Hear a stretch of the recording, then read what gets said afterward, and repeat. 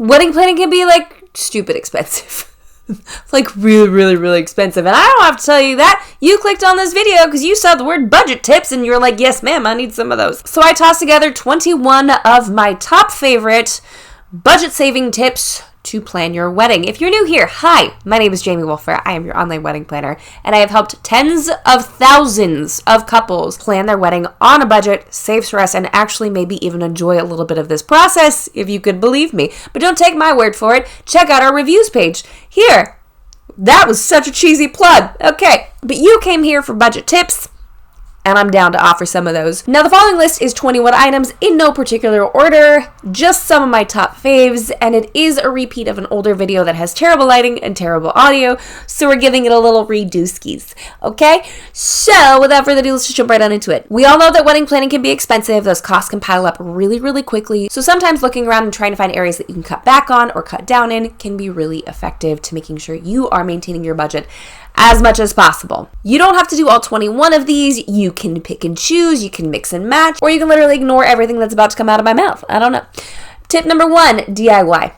This is a very common one. It is tossed out with frequency. I DIY a lot of things here on this channel. I DIY'd a lot of things for my wedding. I probably would have done a few things differently, but I happen to love crafting and using this channel as an excuse to do that every once in a while, twist my arm. I don't mind doing that. But it can be a very slippery slope to go down, so make sure you're DIYing with intention. I have something called the 60-40 rule. Do not DIY more than 40% of your wedding stuff, like whether that's DIYing your centerpieces, your invitations, your dress, your appetizers. Some people like to DIY those, or your bar. Whatever that looks like, try not to take on more than you can. We talk about it a ton here on this channel. I will have some of the DIY videos that might help you out in the description box below if you want to take a peek at those. But when push comes to shove, making something on your own can potentially be cheaper as long as there isn't like a really big buy-in or you have to spend a lot of money to pull the DIY off. If you're creative with this and you decide to do it yourself, you can save a lot of money. Tip number 2. This probably should have been tip number 1, but again, like I said, they're not in order. Stick to your budget. My mom used to say this thing where she'd be like, the best way to save money is to not spend it. And I used to, oh my gosh, it would drive me nuts as a teenager just to be like, Mom, I get it. You're so astute with your finances. And now that I'm an adult, I'm like, the best way to save money is to not spend it. If you have a budget that you want to stick to, you got to actually stick to it. Now, you're going to want to make sure that you are tracking this in a really effective manner, or putting your budget together with some professional insight would be my biggest recommendation. That's why we have an entire section of the master plan and an entire spreadsheet with formulas put into it that will tell you how much you should be spending on each category based on your specific budget. I will link the master plan up here if you want to check it out. It is the most incredible tool and resource. People rave about it to this day. They're absolutely obsessed with it. And when you see the cost for a monthly subscription and how low it is, you will think that it's a joke, but it's not. It's genuinely that inexpensive. If you want to have a budget, you have to stick to it. You need to be able to set this up first. You need to take advantage of professional support like the master plan or something of that nature to put this budget together. But if you have a strict budget for $2,500 for your photographer, don't go above that. And if you do, for whatever reason, because, this is your event and I'm not your mom, but if you do go above that, just recognize it's not going to inherently make anything cheaper.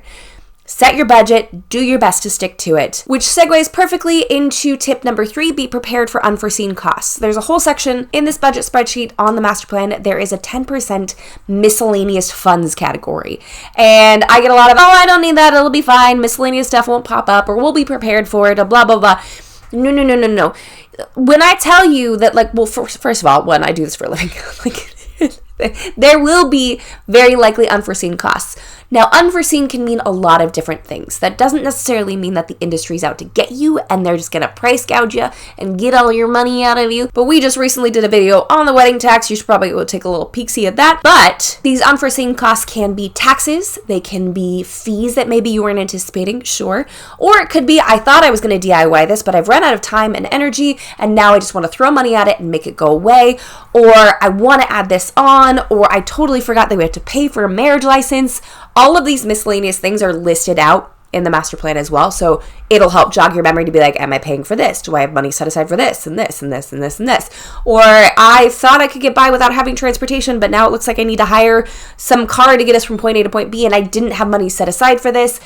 All of those are unforeseen costs. It's not necessarily just because a vendor is adding on an unprecedented fee, although you might not have been prepared for that, but it could be a myriad of reasons. Tip number 4, forego all-inclusive. It can be extremely tempting to go all-inclusive. We've talked about that here on this channel before, where if you don't have a lot of time, but you do have money to throw at this, fantastic. Go to a one-stop shop, go to a place that has required or preferred vendors where you can literally just like, you know those sushi restaurants where you check off on a menu what you'd like to eat for like that, you could go to a place like that, but it's very likely going to cost you more money to do that specifically. In fact, a girlfriend of mine calls it a turnkey venue where literally you just turn the key, walk in, and it's ready to go. That's a great definition for that. Or you can go to something like a shell venue, which is literally just a shell and you bring in all of the resources yourself. You will either spend the time or you will spend the money. What do you have more of? Both of them are finite. Both of them have an end point. So if a budget is your goal, be prepared to spend a little bit more time doing some cost comparison of different vendors, venues, rentals, etc., and going with more of a shell venue type of thing, or maybe they have tables and chairs, but you can still bring in your own vendors, because it allows you the breathing room to make different decisions with your finances, as opposed to the all-inclusive option, which is great, beautiful, glorious. We love that for them, but it may not necessarily be in your budget. Tip number 5, rings. Get creative with the material for your rings. This, again, might have needed to be number 1, but I already said it's not in order, so we're fine. When it comes to stones in your rings, it does not have to be diamond. Some people are really into that. Some people are not. Me personally, I have had CZs. I've had moissanite. I lost my engagement ring like a year and a half ago while we were gardening.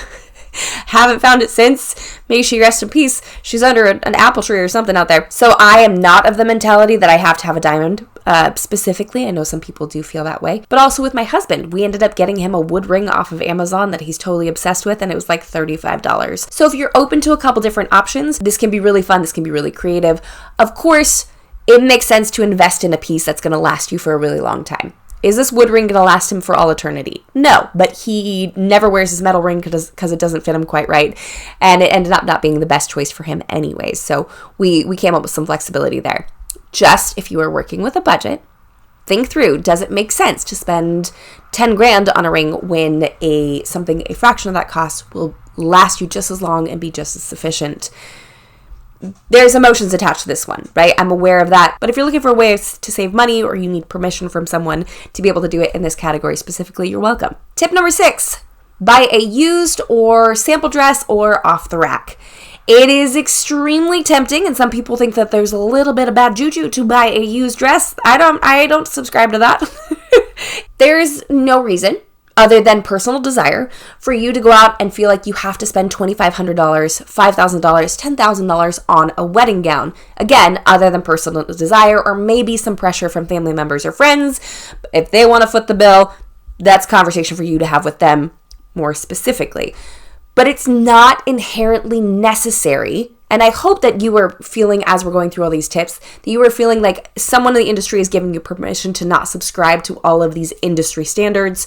It is not necessary to have a brand new dress to say your I do's in. It can be used. It can be a sample dress. It can be off the rack. You have quite a few different options here where if you're trying to get scrappy with your finances, but you still want to look epic on your wedding day, buying a used dress and then getting it altered, the power here in how you look is the alterations themselves. So if you find a dress, I don't think you can go more than a handful of sizes, maybe 2 sizes above your actual size before it gets too complicated to alter it. I have a whole alterations guide. I'm going to toss it right up here if you guys want to check that out. But the power of a well-fitted gown or a well-fitted dress is in the alterations.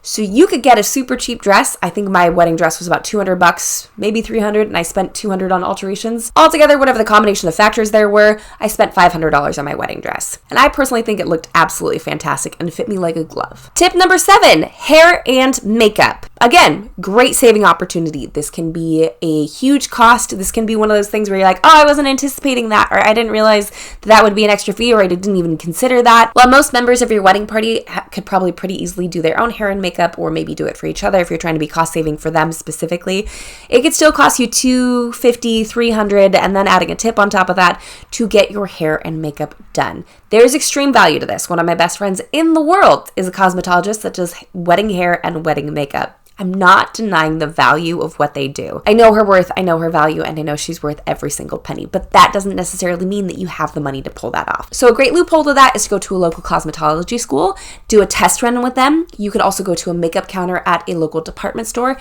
Again, you can do a test run with them or a makeup trial. You do not have to have the artist come to you.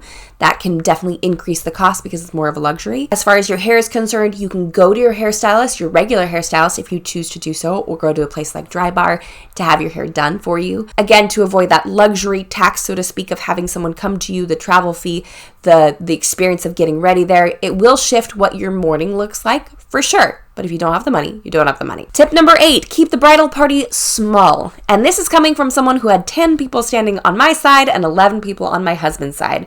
I say this from experience and not to be a hypocrite.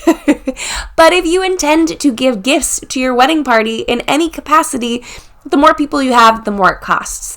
Also, if you decide to do a bachelorette weekend or any sort of extraneous activities like that, it will be more costly if you have more people there. Of course, you're not paying for all of that out of your own pocket. I'm aware, but the smaller that your wedding party is, the more money that you will save in that category specifically. Tip number 9, skip save the dates. They are not necessary. They are definitely a fad. They have not always been a thing. They're super cute. I love them. They're really fun, but they're not a requirement. You do not have to send out a save the date at all. So if I'm the only person in the industry to tell you that, so be it. It's fine. You would just need to send out your invitations ideally a little bit earlier, but it saves you not only on purchasing the design, having it printed, but also the postage as well. Instead, I would opt for sending your invitations out around the 8, 10, or 12-week mark to give people ample notice to let them know when your event is coming up and give them time to get requests into work. Tip number 10, have your guests RSVP online. Much like with Save the Dates, having a physical RSVP card, like a secondary piece of paper in your invitation, just adds up over time. Not everything on this list is going to be a grand slam, a huge savings, but if you are consciously whittling away at some of the paper products that you have at your event, not only is it inherently a little bit more eco-friendly, but you're spending less money on it as well. So you don't have to send out an RSVP card with an envelope and a stamp on that envelope for them to return it to you. You can include just an RSVP card with your website for people to go online and RSVP, or you can simply put RSVP put your website on your actual invitation itself. Years ago, this used to be inappropriate etiquette to do that. I don't know if y'all know that, but like you weren't supposed to put your website on your invitation, but it's kind of morphed into this, like, why would we not do that? That's so silly. So it's okay. You're allowed to do that. You're allowed to not send out a specific RSVP card, an envelope, and another postage stamp, because after a while, that postage stinking adds up. You know what I mean? Cut that out. Cut it out. That's not how I meant it, but you get what I mean. Tip number 11, cut vendor hours. This does not work for everybody. I'm just going to get this out really quickly because I know vendors watch this. Y'all, I am in this with you. I get it. I know how hard we work, but obviously if a couple is working on a budget, I think we can find ways to be either more affordable or simply say no if it's not something you want to do. So that's to my vendors specifically. An 8-hour day for a photographer and a videographer is definitely a long day. For sure. And that is several hours worth of dancing footage that you may or may not want. I'm going to be totally honest with you. There was one wedding where I asked a photographer, I'm like, what do you do during this time? Like when everyone's dancing for 2-3 hours, what are you doing? Because she was there to capture those moments, get some of the dancing footage, and then be there for the grand exit. And she goes, honestly, between you and me, like at a certain point, I stopped taking photos because no one cares. And these aren't the photos that people print up. And I'll just walk around and take photos every once in a while. But I kind of just like kill time until the grand exit. With the cost per hour for a photographer, again, worth every single penny, does it make sense? How badly do you want that grand exit photo? How badly do you want that grand exit footage for your videographer to be there, for your photographer to be there? How important is that to you? Is it worth spending a couple $100s for that handful of photos? because frankly, you're probably not going to be printing out a lot of these dancing photos, especially if it's hours upon hours. So if you are balling on a budget and you are looking for some ways to cut back, consider asking your photographer or videographer if they offer a package with less hours in it to help you save a little bit of coin. Because with a 6-hour package, you'll get all the stuff that you need from your event. All the pertinent details will still be captured, but you won't have hours of dancing footage that you probably aren't going to wade through anyways. Tip number 12, reuse florals in as many ways as possible. If your florist is okay with this. There is a fee if you have your florist stick around and move them for you. Your florist will also actually have to kind of design them slightly differently so they could be used in multiple iterations throughout your event. But if you get creative with this, there is definitely a way that you can save some money here. If you're having an arbor piece done, typically it's done in something called a cage. If your florist is working with foam, that can literally just be cut off the arbor and placed down on your sweetheart table. Your bridesmaid bouquets can be put usually into vases that can be kind of sprinkled around your reception space. They may not work as effectively as centerpieces specifically because they're so tall, because the stems are so long, so they have something to hold on to. So I can't say it's going to be like literally the perfect transition between bouquet and centerpiece, but they can be reused in different spaces around your reception to keep their visual value going. Tip number 13, have a dessert table instead of cake. I will be on this train until the day I die. A lot of people do not consume the cake. How do I know this? I see multiple tiers of cakes just thrown away. There's no boxes to send them home in. There's no Tupperware. There's nothing we can do. We have tried to save cakes before, and I have literally seen an entire tier of a cake just tossed into the trash after an event because no one was eating it. And that's not to say that there aren't cake lovers out there. I always have to say this. I get it. There are people out there that like cake. But I personally feel like it is way better investment to spend money on something that people will actually consume. So when you go for a dessert table, it pleases a wider array of palates. Therefore, more people are more inclined to eat from that table, and your money will be well spent. You also don't have to worry about cutting, plating, forks, napkins, any of that extra stuff with the dessert table necessarily. If it's all finger food, it's just very easy to eat, and then you skip those added costs that come with an already expensive cake. Tip number 14, skip the lounge. They are gorgeous, but usually they are commandeered by 1 or 2 families that plunk down and then live there for the rest of the night. All that we really get out of that is like one photo, like just a momentary she gorgeous moment, right? And it's great, and like it'll provide a comfortable spot for a couple people to sit, but it's not something that can be widely used across the board by even a small percentage of your guest count. It's really just going to kind of be monopolized by one group and be there for a pretty photo. And I love lounge photos. I think they're delicious. I love the textures they bring, and I love what they offer, right? They're dreamy. But practically speaking, they're not practical. Tip number 15, have a budget bar. Instead of opting for a full hosted bar, which means that you, or whoever is paying for your event, hosts the entire bar for the entire evening, you can get a little bit creative with this, right? You can instead opt for a cash bar, which is, I'm finding out after doing YouTube for 5 years and wedding planning for 7, that cash bars are very cultural. There are some countries that do this like this is all they do. All they do is cash bars. So it kind of depends on where you come from. But other places are not used to them at all or consider them tacky. So proceed as you see best fit in that category. However, I would encourage you to take it a step further and opt for beer and wine only. If you really want to have some sort of mixed drink or some sort of hard alcohol involved, keep it to a limited number of drinks, because then you don't have to worry about adding on mixers and toppings and hiring a professional bartender who knows how to do this mixing. Some drinks are not as simple as just pouring a couple things together and take a lot more effort. They take a professional that knows what they're doing. And if you think about it, if it requires shaking, then it's going to take a longer time, so you'll probably need more bartenders to make sure your guests are being served in a timely manner. Tip number 16, skip the champagne toasts. A lot of people don't like champagne. A lot of it goes unfinished or undrunken, you know the thing, and just sits on the tables. And if you skip a champagne toast, then you don't have to have servers pour it and deliver it to the table side. That then would be more labor cost per hour. Which brings us to point number 17, do not offer any sort of tableside service. We don't need wine at the table, red and white, because people can be really specific and may not want it, maybe open the bottle and then it can't really be transported effectively afterwards, and then they don't drink it all. It creates a lot of variables here for wasted money opportunities. right? As well as the labor cost of having somebody serve that. Tip number 18, skip printed stationery. That is menus, that is programs, that is escort cards. Find ways to effectively communicate this. Sure, if you would like for your menu to be displayed, have it at your buffet table instead, so someone can take a gander at it there while they're awkwardly waiting in line next to someone that they don't know. At least they have something to do with their eyeballs and they don't have to enter into uncomfortable conversation. Same thing can be said with your program. You can choose to have a standing sign for your program specifically if you would like to let people know the order of events, but most of the time they're just there to celebrate your love story, enjoy some free alcohol and some free food. So it's not necessarily inherently important that you show your program to everybody. Escort cards are great. They're super important if you do have a plated meal. If you do not have a plated meal, they are not necessary. You can do a seating chart instead. Tip number 19, and this always gets the people going when I mention this, and I've discovered a couple years later after doing the original video that this is, again, a deeply cultural thing, but skip the favors if your aunties will allow it. The amount of times I see, I'm getting squeaky, the amount of times I see favors left over is obscene. It's obscene, and it breaks my heart because couples work really hard on putting these together and personalizing them or having a lot of fun with them. And I totally get it. Like, you want to, it is a very traditional thing. In fact, most traditionally is Jordan almonds in a lot of capacities and a lot of places.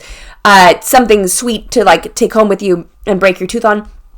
But a lot of that gets left behind. So if you feel comfortable doing so, ditch them. Totally not necessary. Tip number 20, cut your guest count. I did a whole video on this channel called The #1 Budget Killer, and spoiler alert, it's the amount of people you invite. And this is also very rich coming from someone who had 140 people at her wedding. I like big events, I have a lot of fun with them, but I also was willing to sacrifice in some of the other areas that we have currently listed, that I've already discussed, in order to make this happen. But really and truly, a huge portion of your budget is specifically dictated by how many people you decide to invite. The less people you invite, inherently, ideally, and in most case scenarios, the less expensive your event is going to be. If you're not sure who to invite, or if you feel pressure to invite a large group of people, I totally get it. It can be really difficult. I have a video coming out in a couple weeks on how to do that specifically, so be sure that you are subscribed and we can walk through that together, because I know there's emotions involved in this, and it's very easy to be flippant and be like, just invite less people. And you're like, I have feelings. I get it. And we'll walk through that in a few weeks, all right? And then the very last tip, all right? The very last tip is to hire a planner.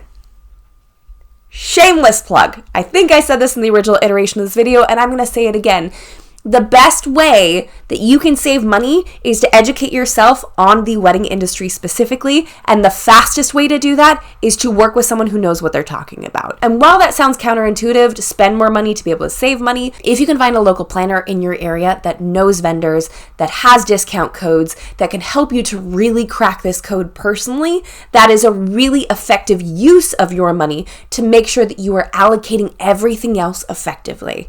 Now, that is not necessarily a cost that is working for everybody's budget. That is why I created the master plan. We literally figured out how to distill and bottle up my long-term planning services into a monthly subscription for you guys to show you how to plan your wedding. And I show up every month for live calls to help you walk through that as well. You've never done this before. You're not supposed to know what you're doing. You do need some sort of educational process throughout this, which I know sounds like totally you're like, this is not school. You're right. It's not. But at a certain point, if you want to make sure that you are being effective with your finances, you need to know where and how to allocate them as effectively as possible.